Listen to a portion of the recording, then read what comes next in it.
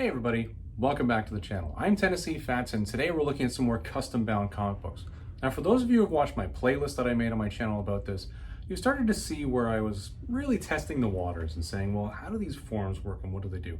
And I was getting my first responses back from my first submissions into a binding company that I use.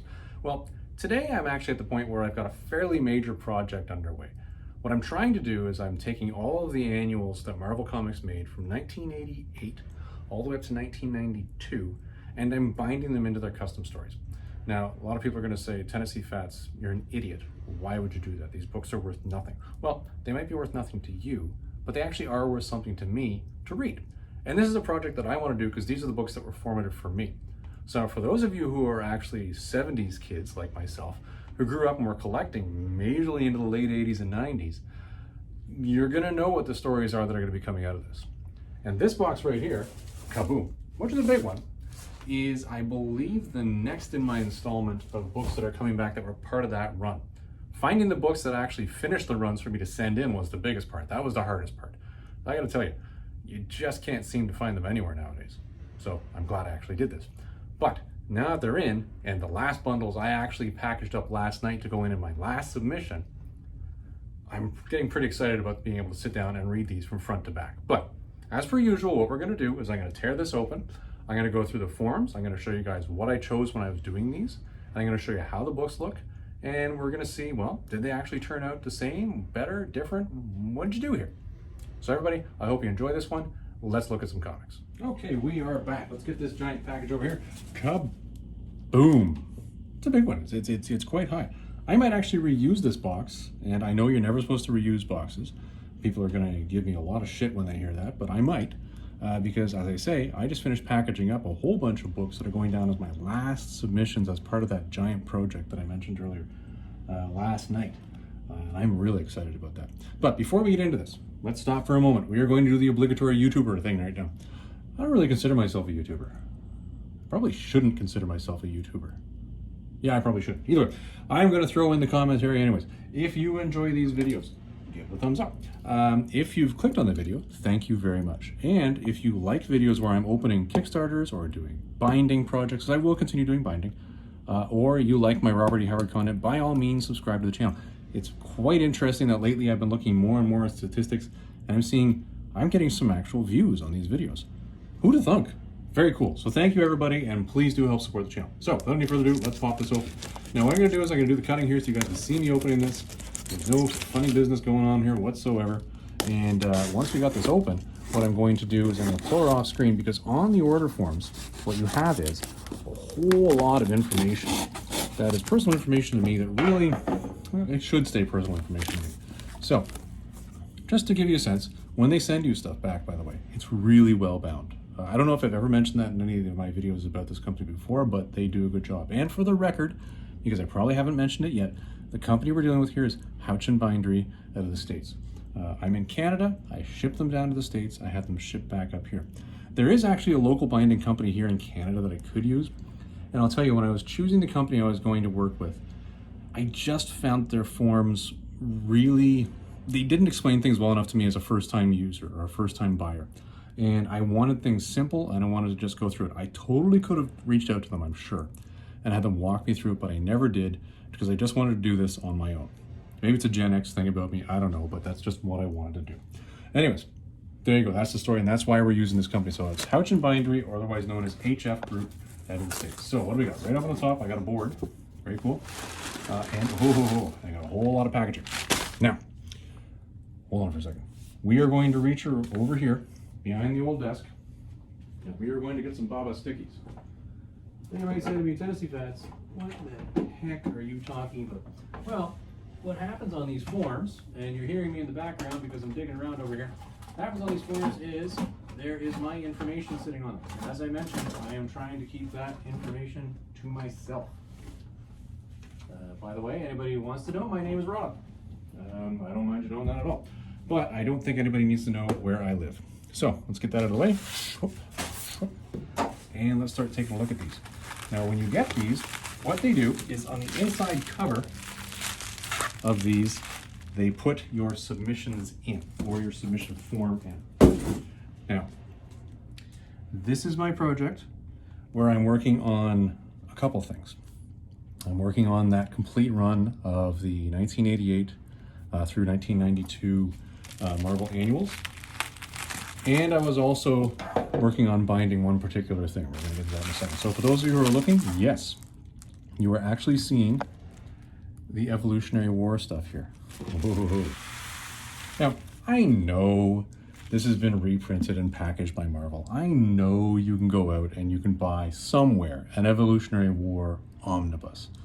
But this is mine. I made this. Well, no, I designed this. Somebody else made this. But let's take a look. I'm going to take it off screen here. I'm going to go to the front of the book where my order sheet should be. There it is. I'm going to put the Baba Stickies on here. One Baba Sticky. That should do enough. And then we can come back here and we can walk through this. Now, this is a DFAB bound book. This was one of the first books that I had DFAB bound. And for those of you who are looking at the binding forms, they look like this. Okay? This is what they look like. That's my information. So you have binding method, DFAB, PUR, oversew, or SMYTH, or per. Then you got rounding, trimming, you got your ribbon, you got your head and your base band, and then you have your design information you can do down here. Now I have lately been doing this, which is the simple cover design. Simple cover design I like because what you can do is you can literally just take one of the covers from the comics that you've got and just put it on the front. So you'll see my notes here. Cover of X Factor Annual number 3, right there on the front. Cover of Avengers number 17, Annual 17, on the back. Very nice. Now, these were originally square bound books. This is a Walt Simonson cover, by the way, which is why I wanted this on the front. They're square bound, so you can't really use SMYTH binding on these.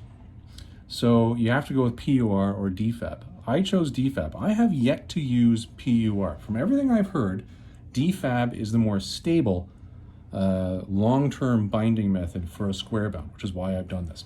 Now, I've chosen to do rounding and trimming. So for those of you who are wondering, there you go. That is it being trimmed. There's the top being trimmed. There's the bottom being trimmed. There's the ribbon I had inserted. You saw the form. The form said ribbon red. Red ribbon. Perfect. And I choose a white back on this with a black lettering. This just says Marvel Comics, the Evolutionary War, 1988. You can put a lot of information on this. You really can. I've seen custom binding jobs where this has names of all the writers or the artists down here. I've chosen not to. I've chosen to keep it clean and simple. When I'm looking at my shelf in my library right now where I have a lot of these annuals bound, it looks really nice where you've got the Marvel Comics, Marvel Comics, Marvel Comics, Marvel Comics, and then you've got Marvel Annuals 1991, whatever that title is. Marvel Comics Annual 1980, 1992, whatever it is. And there's smaller ones, because generally those ones in 91 and 92 were really just 4 or 5 issues at the most. So, to give you a sense of how it lays, let me get this out of the way so we can flop this for you. So, first I'm opening it.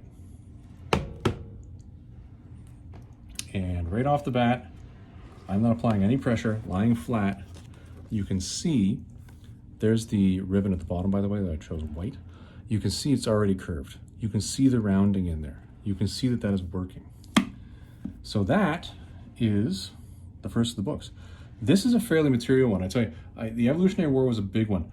The one that I finished packaging last night is actually the Atlantis Attacks one, which is huge. It's 17 books. It's actually 14 annuals, and then there are 3 standard 32-page staple books within that are tie-in stories to it. A lot of people say it's 2. It's actually 3. Do the research, you'll find it. And that actually is going to be bound into 2 separate ones just because it's so many. Evolutionary War, I believe this was, let me see, 1, 2, 3, 4, 5, 6, 7, 8, 9, 10, 11. This is 11. 11. So 17, because when you're doing a DFAB, I've been advised that you keep it under 2 inches in height. That's getting pretty close. So very cool. That's the first one that came back, and I'm pretty happy with that. Very nice. Very nice. I'm looking forward to reading that from front to back. And I know some people are going to give me grief because they're going to say, oh, there are some books in there that are actually worse than, you know, whatever. All right? Just whatever. Okay, now, the rest of these are not part of my annuals project. Probably because, quite frankly, but these were the other project that I've been working on. And I'm going to do like this. And you'll see why in a second. First, I'm going to get my order sheet. I put my Baba Sticky over top of my personal information. There we go. I love the quality of these videos where I actually tell you guys what I'm doing in the background. I hide nothing, hiding nothing. All right, now I'm going to show you the form on this one first. So these books were large format stapled books, okay? So what I did on these was I did SMYTH binding, because I prefer SMYTH binding when I'm looking at things that are stapled books. I did rounding, trimming. I chose a head and tail band color of white. I chose a white background, just as I earlier mentioned, except for one. And you're going to see why in a second. So when you look at this, you'll see that the title here says, The Official Handbook of the Marvel Universe, Part 1. Well, there's a reason for that. The Official Handbook of the Marvel Universe. Now, this is the 1985 to 1988 edition, okay? Again, white. It's got the SMYTH binding on it. This is a two-parter. Part 1 and Part 2 are right here, all right? I could have done these with a library bind where you get, what's the name of that stuff? Buckram? I think it's called Buckram, is it not? Yes, it's just a cloth or a buckram covering, just to make it look really formal. Because these are really, more than anything else, reference books. But I chose not to. I've already done the DC Who's Who. So I decided to match the model that I did there. And this is what we got. Now, it's quite cool. These are SMYTH binding, so they're thicker books, definitely thicker books. Now, if you look at the base, you can see, I'll zoom in there. You can see that it is rounded. You can see the rounding in there, okay? Not like these, which are square bound. You do not see rounding on the mount at all. You see the rounding here because these are, or they were, I believe these are 48 pagers, but they were stapled books. So again, SMYTH binding. You can go a bit bigger on SMYTH binding, but I think after you go through a certain thickness, you go past it being a wieldy book. It just gets ridiculous. Now, what is a shame in this is when you look at the covers that are in here, each one of these covers, if you connected them and just lay them out on the floor, makes a massive long story, like a massive connecting issue of all of these. I would really like to see a photo of that someday, just to see what that looks like. I laid these out on the floor in my basement before I sent them in, just because I wanted to see it. It looked really cool. That's all I'm going to say. Okay. Anyways, but bottom line is, this is what these look like. They were SMYTH bound, pretty much the same standard I went for when I went for this, with the white. I've got, again, Marvel Comics. This is issues 1 through 8. On the back, I've got, because I literally just chose issue 1 and chose the front and the back of that book. So you can flip it and still get that same effect that you had when you had the books. This is volume 2. Official Handbook of the Marvel Universe, again. Marvel Comics, issues 9 through 15. Now, some of you at this point in time might be saying to me, but Tennessee Fats, there was more added on to this. You would be correct. You are correct, sir. There was more added on to this. And with the application of one Baba Sticky later, show whoop. And this one's a little different. The additional books, the Book of the Dead Deluxe Edition. So these were added on, but with these, you had this sort of a bluish background, and that's why I chose on this. Ooh, very nice. Official Handbook of the Marvel Universe, 1985 through 1988, Books of the Dead. That is just awesome. So there's the front, flips over, there's the back. Again, it's SMYTH binding on this one. First drop, let's see how it falls. All right, flop. And even though it is a narrower book, because I believe there's only 1, 2, 3, 4, 5, there's only 5 chapters to this, you can already see it starting to curl, which accommodates it lying flat. This lies flat. Oh, look, it's the jackal. Very cool. This lies flat much more than you're going to find a DFAB lie flat, even though it's rounded. My general experience is when you're looking at a SMYTH bound book, you're going to have an easier time to get to lie flat. So my 2 cents as somebody who's got a fair amount of binding coming back now where I've chosen to do certain things, and again, I've only used this one company, but they've done really good work, is when you're doing stapled books, go SMYTH. When you're doing square bound, go DFAB. I did have to reach out to them this time and ask them and say, guys, my question to you is, if I have a couple series that are coming in where it's a mixture of square bound and stapled books, which should I use? They said, well, you just can't sew a square bound, period. So you got to choose DFAB or PUR. I chose DFAB because, again, my understanding is a much more stable and long-term holding method for that kind of binding. So anyways, that's it, everybody. 4 books on this one. I am glad now, I'm glad we had the chance here to see a different color, because my instructions on this one, the Book of the Dead one, was, where are we? I said blue background to match the upper portion of the front and back cover. Now, I don't know about you, but that is pretty darn close. Nicely done, guys. I'm quite impressed with this. This looks really sharp.